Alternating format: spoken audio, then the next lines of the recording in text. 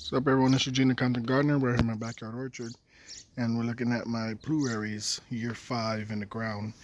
And this year, I let it grow maybe an additional 3 feet. I cut it back in the winter, but there was a lot of fruiting wood up above, so I could still reach this. This is probably a good off the ground, maybe 8 feet, but you can see I could kind of still reach the top there, and that's because the bed is kind of elevated here. So I went with a little bit of a higher growth because I've seen a lot of flowering wood, and I didn't want to cut it back this year because the previous years haven't been too successful with the fruiting. It would flower and not set. So this year I decided to just leave it alone and let it flower. You can see all of these flowers here. This one, which is, let me make sure I get it right, Candy Heart Pluerry, for the most part, flowers consistently, but this is the first year that it's this many. But if you come over here to the sweet treat, you can see the difference.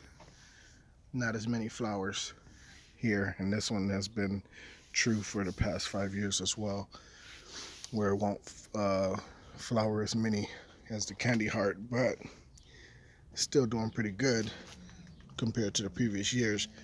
You can see if we could get it focused there.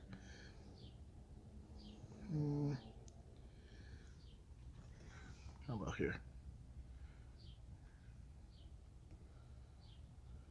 Right in here, you can see the fruit development coming in. Seen a couple more, but yeah, here you can see the fruit's already setting because this one flowers first. This one flowers maybe a week or so before the Candy Heart starts to flower. But they're doing pretty good.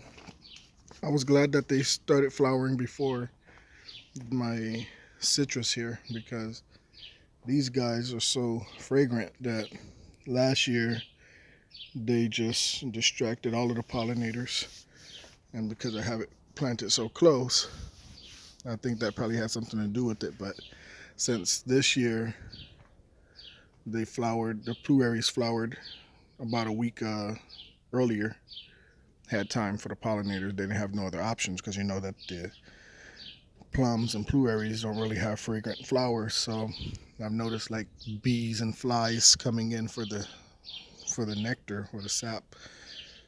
The nectar of the flower. They would reach in to grab that.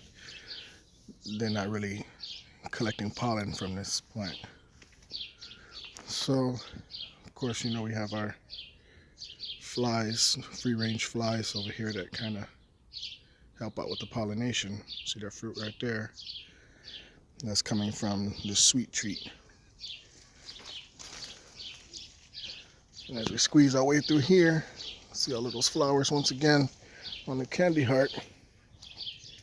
And then, just for good measures, I put my dwarf burgundy plum that's in a pot and just put it right next to it, just so it could get some of that cross-pollination too, to improve the pollination. Anyway, just want you guys to see that display on year 5. I'm not sure if you guys have these trees and how long it took you guys to get this full flower display, but for me it took about 5 years. All right, y'all, have a good one.